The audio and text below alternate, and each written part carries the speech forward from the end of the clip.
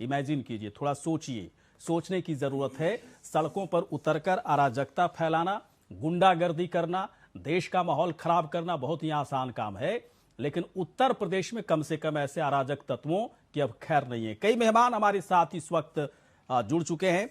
हमारे साथ इस वक्त कैप्टन आई सिंह, बीजेपी के प्रवक्ता इस वक्त हमारे साथ है। कैप्टन साहब, बहुत बहुत आपका स्वागत है। रितु आचार्य, रितु जी इस वक्त हमारे साथ हैं, हिंदू धर्मगुरु आचार्य रितु जी, आपका स्वागत है।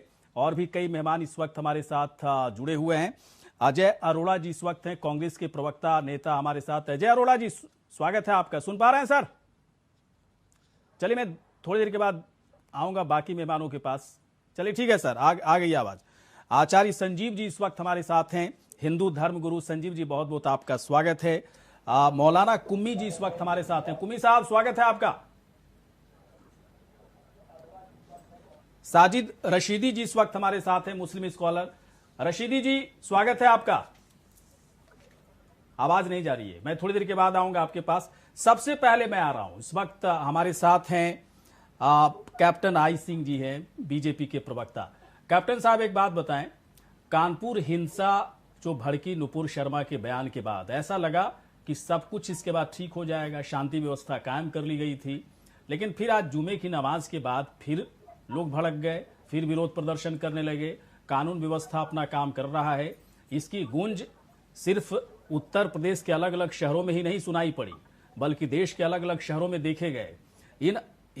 इसे सीधे तौर पर कहा जाएगा कि ये अराजकता है। आप सुनने के लिए तैयार नहीं है, कानून व्यवस्था पर आपको भरोसा नहीं है, सरकार के वर्जन पर भरोसा नहीं है, तो फिर इस देश में कानून है ना, कानून किस हिसाब से चलेगा, कौन तय करेगा?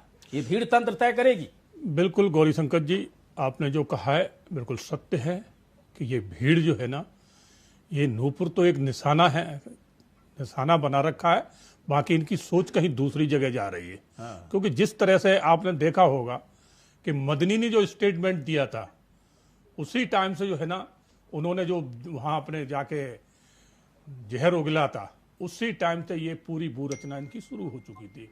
उसके बाद हैदराबाद के जो भाईजान हैं, वो तो आप देखते ही हो कि वो वक्त वक्त पे किस तरह से जहर उगलते रहते हैं।